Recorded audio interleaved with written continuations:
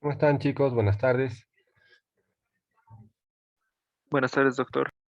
Buenas Hola, tardes, doctor. Doc, buenas. Bien, por lo menos ahora somos 8, ¿verdad? La anterior éramos 4, ya. Estamos mejorando. Ya, pues los demás, ni modo, ¿qué será de sus vidas? Ya algún día nos veremos. Bien, chicos, entonces, en relación a lo que estábamos abordando en la anterior clase, relacionado con el concepto Kaltenborn, hablábamos, ¿verdad?, de lo que son las características de clasificación de las articulaciones, en base a su forma, en base a los movimientos que presentan. Entonces, habíamos clasificado las articulaciones en ovoides y sellares, ¿verdad? Ovoides alteradas, ovoides inalteradas. Sellares alteradas, sellares inalteradas. Las ovoides inalteradas serán las enartrosis, ovoides alteradas, condilias. Sellares inalteradas, encaje recíproco, y sellares alteradas, troqueleares y trocoides. Entonces, esa clasificación ya la hemos hecho en la anterior clase, creo que está ya mucho más claro. Ya no ha habido preguntas más en relación a lo que hemos abordado. Entonces, ahora ya tenemos que ir a la temática relacionada con lo que es la regla de movimiento en función al plano de evaluación y tratamiento según el concepto Kaltenborn. Vamos a cargar. Esperen. Aquí está. Aquí. Nosotros tenemos dos tipos de planos de tratamiento que van a seguir dos reglas diferentes. Una regla que se denomina cóncava y una regla convexa. ¿Ya? ¿A qué nos referimos en relación al plano? El plano de tratamiento va cortando perpendicularmente a la articulación, o sea, paralelamente a las superficies articulares, para que de esa forma nosotros sepamos hacia qué dirección hacer el deslizamiento del segmento que va a ser móvil, porque hay otro segmento que va a quedar como un segmento firme y rígido cuando estemos haciendo tanto evaluación y terapia. A ver, me voy a explicar mejor con un ejemplo. Digamos que yo quiero valorar el deslizamiento de una articulación pequeña como la metacarpofalángica. Sabemos que es una articulación condilia, ¿verdad? ¿A cuál de estas dos articulaciones se parece la metacarpofalángica? ¿Primera o segunda? La primera. La primera, ¿verdad? Porque esta va a ser el tercio distal del metacarpo, la cabeza del metacarpiano, y esta va a ser la base de la falange proximal. Cuando hacemos este tipo de análisis, el plano de tratamiento es lo que vemos aquí al medio, lo que va a cortar perpendicularmente a las superficies articulares. O sea, esperen un ratito, estoy tratando de dibujar aquí el lapicito. No me permite. Aquí está. Ahora sí. Entonces tenemos aquí nosotros un plano de tratamiento, que como les decía, va perpendicular.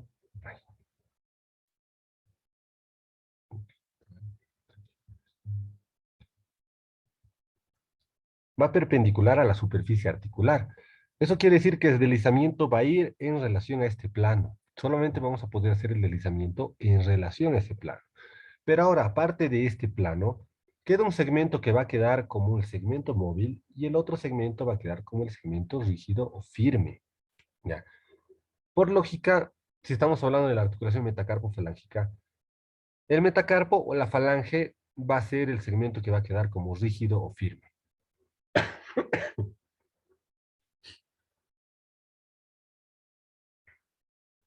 El metacarpo sería rígido, doc. Eso digo. El metacarpo quedaría como el segmento rígido. ¿Por qué va a quedar como el segmento rígido? Porque en este caso nosotros vamos a sujetar con una mano este segmento o vamos a utilizar una herramienta, como en algunos casos se utiliza para el concepto Kaltenborn, que es la cuña triangular, que quisiera que también la vayan poco a poco construyendo. Les voy a mostrar en un momentito la forma de la cuña triangular y también algunos cinchos que nos van a servir para la práctica. Entonces se pone la manito en la cuña o se la sujeta manualmente. Esta parte se la sujeta con una mano de manera firme y es este segmento distal el que se va a llegar a desplazar, el que se va a llegar a mover. Les voy a mostrar en una mano, ya más allá que es una mano pequeñita, aquí en el video se los voy a mostrar para que me entiendan mejor. Leo, ven un ratito, ven un ratito, vas a ser paciente.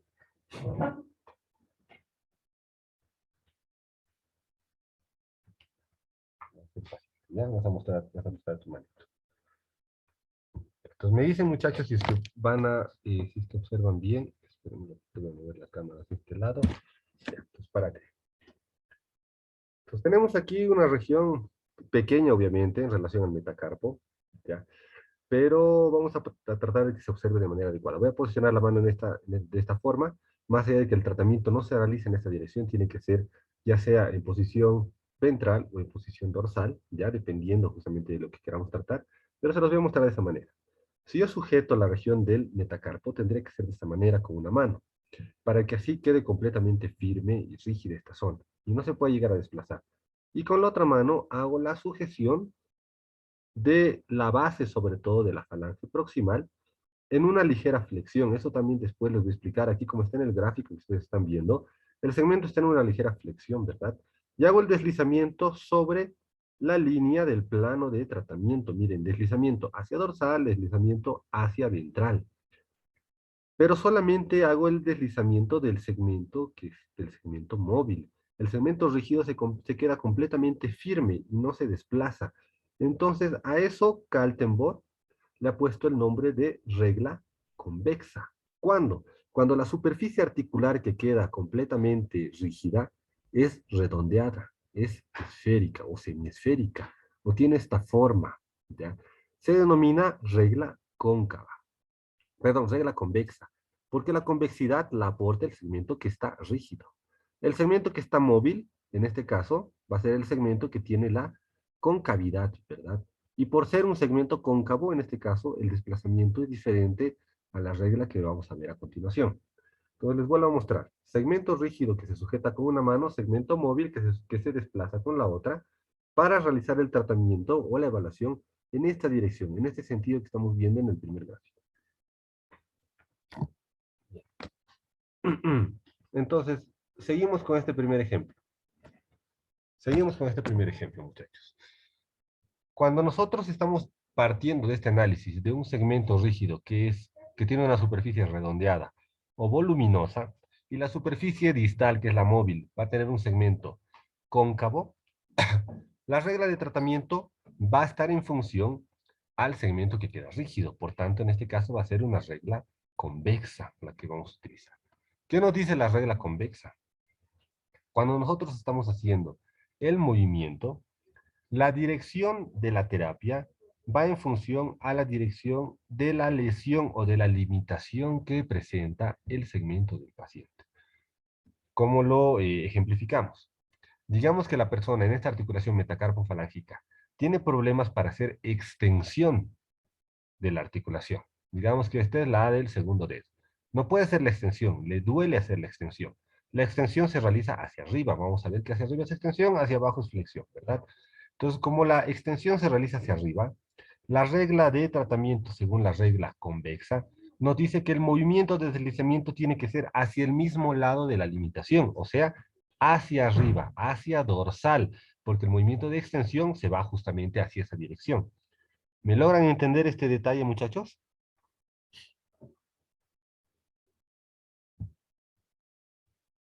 Una vez más, Doc, por favor. Ya, a ver, una vez más y con el paciente. A ver, hijo, ven otra vez, por favor. Leo, una vez más, a ver. Vamos a explicar con el paciente para que, con nuestro mini paciente, para que así se pueda entender mejor. Un ratito, Víctor, eres un mini paciente. Ya. Digamos que en este caso nosotros estamos observando que hay dificultad para hacer extensión. Extensión metacarpofalángica del primer dedo. El paciente tiene dolor al hacer ese movimiento de extensión. ¿Ya? Entonces, como estamos asumiendo que hay dolor a la extensión, el paciente no lo puede completar. Como tenemos una regla que nos indica convexidad en el segmento que está quedando firme, sujeto a ese segmento, que en este caso va a ser el metacarpo, y el deslizamiento lo tengo que hacer hacia el mismo lado de la limitación. Como la extensión va hacia atrás, yo no voy a hacer nuevamente extensión, no voy a hacer una movilización de este tipo, voy a hacer deslizamiento hacia dorsal, porque la extensión se va hacia dorsal. Entonces hago esto, deslizo hacia dorsal.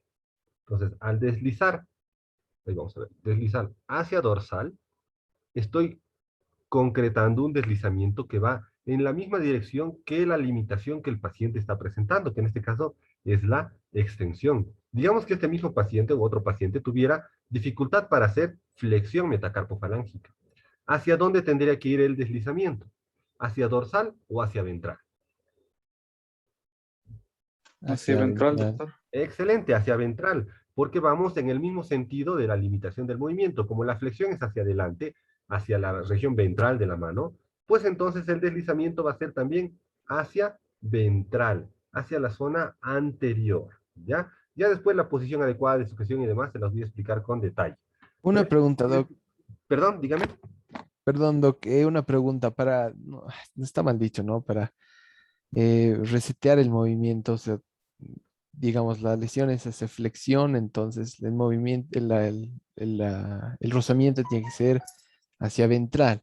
Hacia ventral, justamente. Ahora, para volver al punto de inicio, para iniciar la, el roce, no tiene que sobrepasar hacia dorsal, No, ¿verdad? no, no, no, no, para nada. Desde la posición cero, que después les voy a explicar, porque primero estamos hablando de las reglas de tratamiento.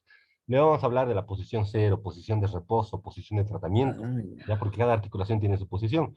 Volvemos a la posición cero y luego nuevamente hacemos el movimiento. No sobrepasamos la posición cero porque ahí estaríamos cambiando la dirección del deslizamiento de la articulación, ¿ya? Claro, ya, perfecto, Doc. Muy bien. Entonces, esto de lo que es la primera regla, que es la regla convexa, se entiende, ¿verdad? Sí, Doc, se comprende. Muy bien. Ahora, ¿por qué yo he posicionado, miren, esta línea en este sentido? Porque si la articulación estuviera completamente alineada, vamos a borrar esto, si la articulación estuviera completamente alineada, si las dos superficies articulares estuvieran en línea, pues tendríamos que tener esto, ¿verdad? Ese plano de tratamiento.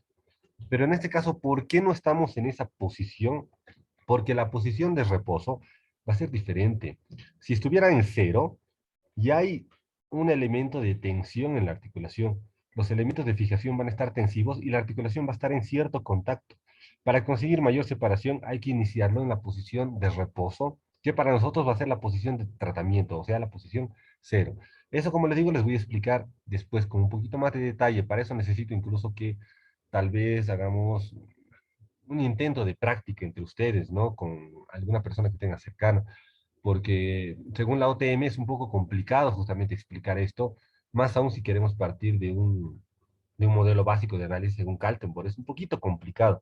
Entonces voy a hacer todo lo posible para que se pueda entender. Si digamos hubiera algún detalle más que está dificultoso de entender, vamos a hacerlo también en las clases presenciales que desde el 15 iniciamos ya con ustedes, considerando que están en octavo, ¿ya chicos? Pero de momento, si estamos yendo por buen rumbo en relación al entendimiento de lo que estoy intentando explicarles, pues perfecto. Vámonos a la segunda regla, que es la regla cóncava. La regla cóncava es cuando nos encontramos con un segmento anatómico que tiene estas características. El segmento rígido queda completamente cóncavo en sentido del segmento móvil que va a ser convexo. ¿A qué articulación se parece esta? La numeral, doctor. Muy bien, a la glenohumeral, ¿verdad? Entonces, sin importar si es ovoide, si es sillar, vamos a partir del movimiento en relación al sentido de análisis según, uno, el plano de tratamiento y según la regla. Vamos a ponerle una línea para dibujar el plano. Entonces, el plano va en relación a las superficies articulares, que sería ese plano, ¿ya? Y en esa línea tenemos que hacer un deslizamiento, pero va a ser contrario al movimiento que ha quedado limitado. Para la regla cóncava, el movimiento es contrario a la limitación, por si acaso. No es igual que con la regla convexa. Con la regla convexa, el movimiento es hacia el mismo sentido de la limitación. En cambio, con la regla cóncava, el movimiento es en sentido contrario a la limitación. Ejemplo, digamos que la persona tiene problemas para abducción, para realizar la abducción. Hay dolor a partir de los 90 grados de abducción. ¿Hacia dónde tendría que hacer yo el deslizamiento de la articulación? ¿Hacia caudal o hacia craneal?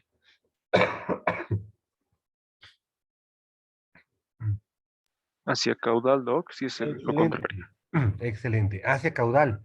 Porque si nosotros vemos en esta diapositiva, cuando yo estoy haciendo abducción, la articulación en un movimiento intraarticular hace traslación inferior, ¿verdad? Se traslada hacia abajo para que se pueda hacer un movimiento de abducción, para que el miembro superior pueda separarse del cuerpo.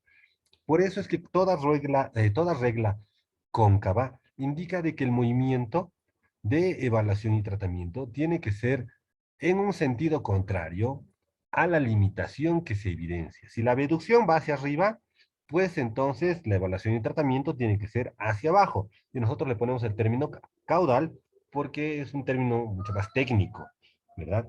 Es un término que se utiliza dentro de lo que son la terminología de la OTM. Entonces, por eso decimos hacia caudal.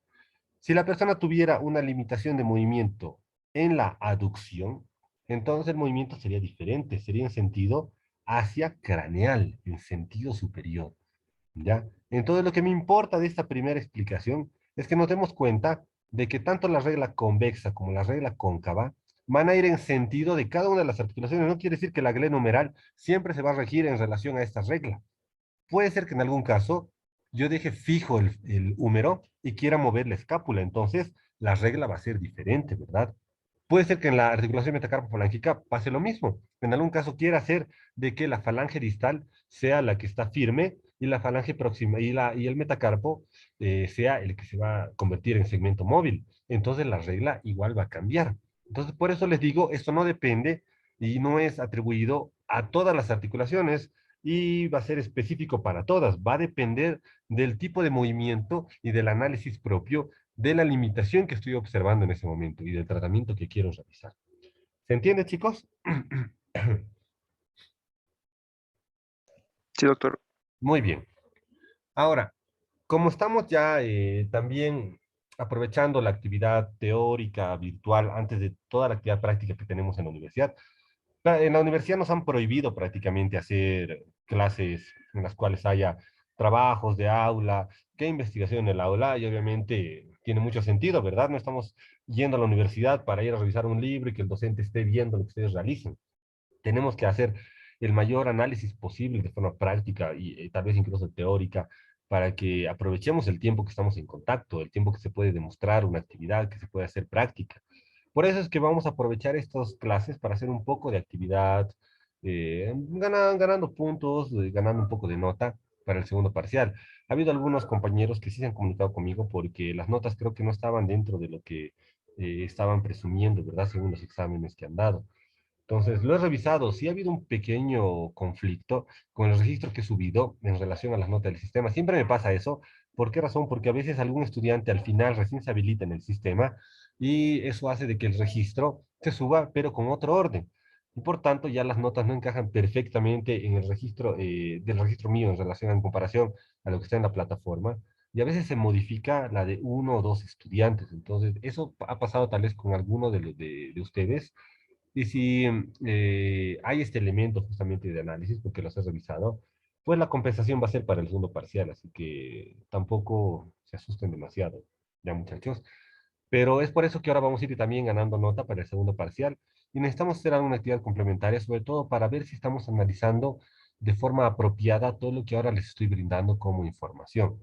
Es por eso que quisiera hacer una pequeña actividad que va a ir relacionada justamente a análisis de algunas articulaciones en las cuales ustedes me van a mencionar si se utiliza primeramente o la regla cóncava o la regla convexa, y después de eso me van a mencionar si la limitación es hacia el movimiento que yo estoy mencionándoles, cuál debería ser el sentido o la dirección a la cual va a ir la terapia. ¿Ya? ¿Se entiende lo que tienen que realizar, muchachos? Sí, doctor. Ya. Para, digamos, por si no lo han entendido nuevamente, se los explico con el ejemplo que hemos asumido al principio. Esta es la articulación, digamos, metacarpofalángica. Yo les menciono. Primero díganme la articulación metacarpofalángica, ¿qué tipo de articulación es? ¿Es ovoide? ¿Es sellar? Si es ovoide alterada, inalterada, sellar alterada, inalterada, perfecto. Luego, esta articulación va a tener limitación hacia la flexión. Ah, ya, perfecto. Entonces, como esta articulación tiene limitación a la flexión, y el segmento rígido va a ser el metacarpo, la regla va a ir en sentido del metacarpo. Es una regla convexa. Por tanto, como la limitación es hacia la flexión, pues el deslizamiento tiene que seguir la trayectoria hacia ventral. ¿Ya? Y listo. Para esa articulación, para ese caso, pues esa es la resolución. Yo les voy a dar 4 articulaciones con 4 limitaciones de movimiento en las cuales ustedes tienen que hacer este mismo análisis. ¿Bien? Muy bien. Entonces se los voy dictando. Por favor, chicos, vayan apuntándolo. Este trabajo, por favor, lo van a subir a la plataforma Moodle. Voy a habilitar ahora mismo justamente una pestaña en la cual podamos hacer la subida y la descarga de estos trabajos. Ya lo pueden hacer, como siempre les digo, en Word, lo pueden hacer a mano, lo pueden hacer en sus celulares, como ustedes quieran, y lo suben a la plataforma. Ya el tiempo estipulado va a ser hasta las 7.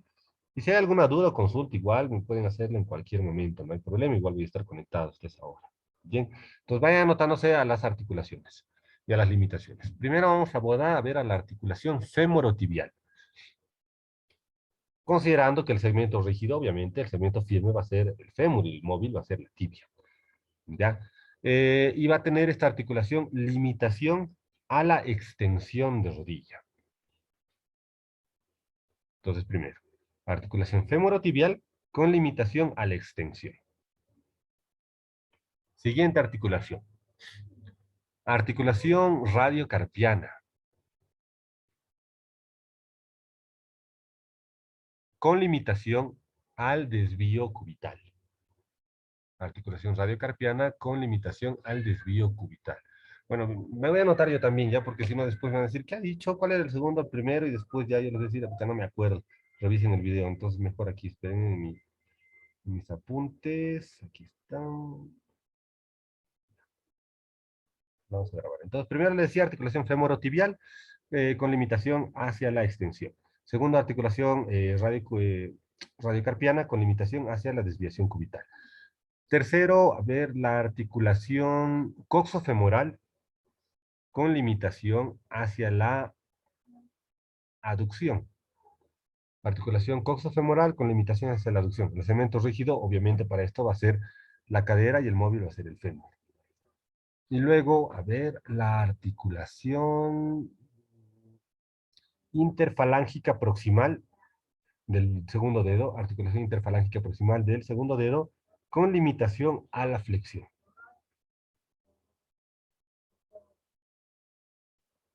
Bien, ya han apuntado las 4 articulaciones con sus 4 limitaciones, ¿verdad?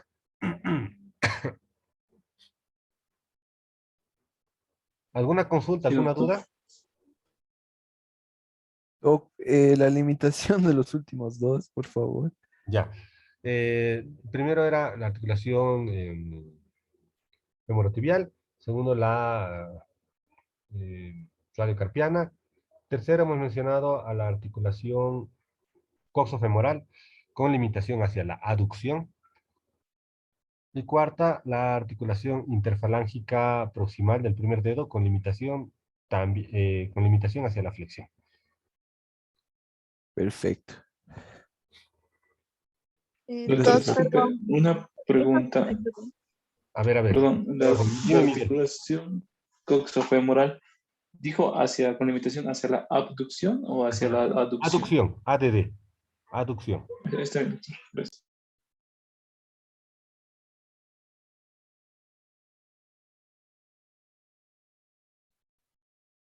Muy bien. Entonces estamos claros, ¿verdad? En respecto a lo que tienen que realizar.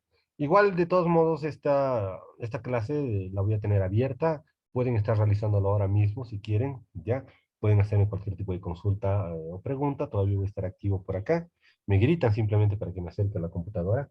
Y mientras tanto, también voy a ya activar la pestaña correspondiente en la plataforma Moodle.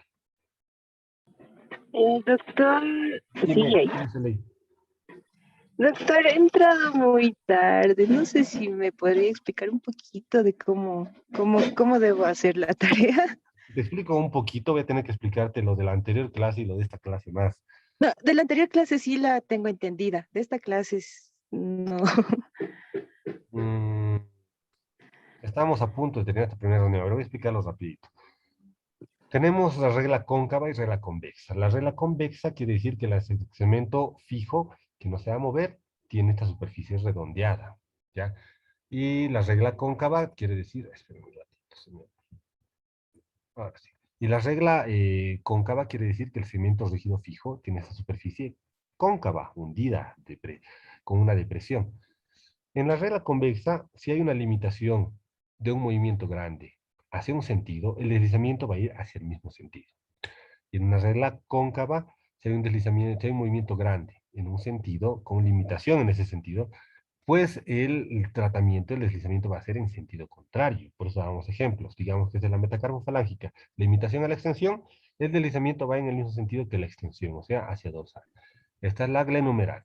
La imitación hacia la abducción, el deslizamiento tiene que ser hacia ventral, hacia abajo, en sentido contrario. Entonces, eso indica justamente la regla cóncavo-convexa. Eso les estoy pidiendo en relación a cada una de las articulaciones que les he mencionado, sumado a eso el análisis de la articulación, ya si es ovoide o si es sellar.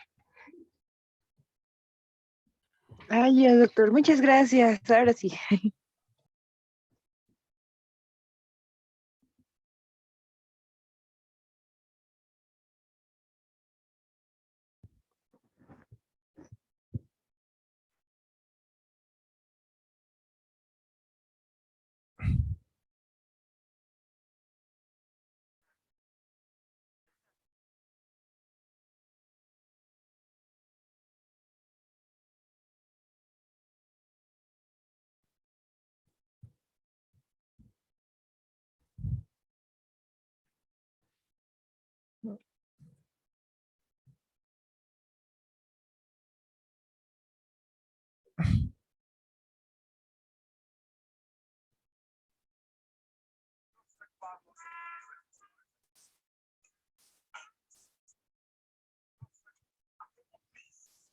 I want problem.